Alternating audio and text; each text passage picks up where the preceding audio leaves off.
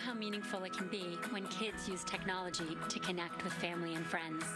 But I also know how important it is to make sure they're safe whenever they go online. That's why I'm excited about Messenger Kids. All right, this was a tough one. Facebook recently launched their Messenger Kids app, and there's been a lot of controversy surrounding it. Critics say it will help make kids more addicted to social media. Yeah, tech expert Shelly Palmer is here with us to fill us in. You know, this Facebook Messenger, it lets kids 6 to 13 years old communicate with friends and family. Can you kind of explain for everybody what the parameters are behind this? Okay, two things before we go. One, we do some work for Facebook, so don't go crazy. Yeah. Two, if I said to a parent, when you taught your kid to cross the street, did you show them once? You grab the hand, look both ways, walk across the street? Yes. Did you do that once? No, you did that hundreds of times. So the idea of taking anybody age 6 years old and letting them do anything by themselves is insane to me. So that's thing one. So let's get down parenting first. Okay. Technology, what they're doing is they're saying, look, since you're probably going to be online eventually, here's the safest place we can create for you to be online.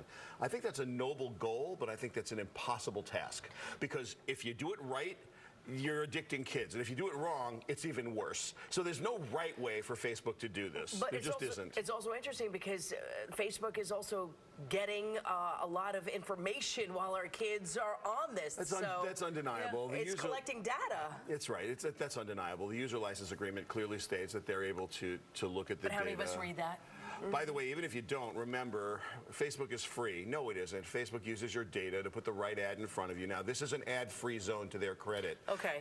So they've actually tried to craft a place where it is safe for a 6 to 13-year-old. As a parent, you need to decide, should a 6 to 13-year-old be in that environment? Yeah, especially because, you know, Facebook has been battling this for a little while now.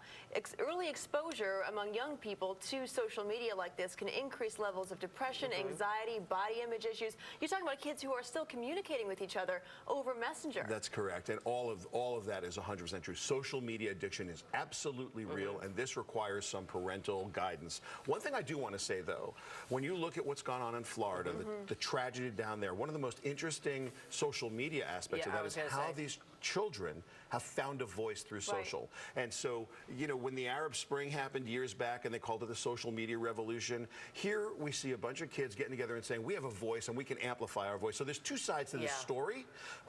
But Messenger for 6-year-olds needs to be thought through, not as a technology, but as a parental environment where you make a choice. It's like a telephone. Did you have a telephone in your room when you were 6 years old? No. Did it, and by the way, did it record what you were doing and then report it to a third party who might use your data later? Probably not. But this is the telephone of our age, and parents need to make a decision. And I don't think you should listen to the experts. I think you should listen to yourself and say, is this the place I want my kid? And if so, here's how I'm going to monitor their actions in that environment. Yeah, there's so much to know about the story, Shelly. Thank you so much for that. Thank you.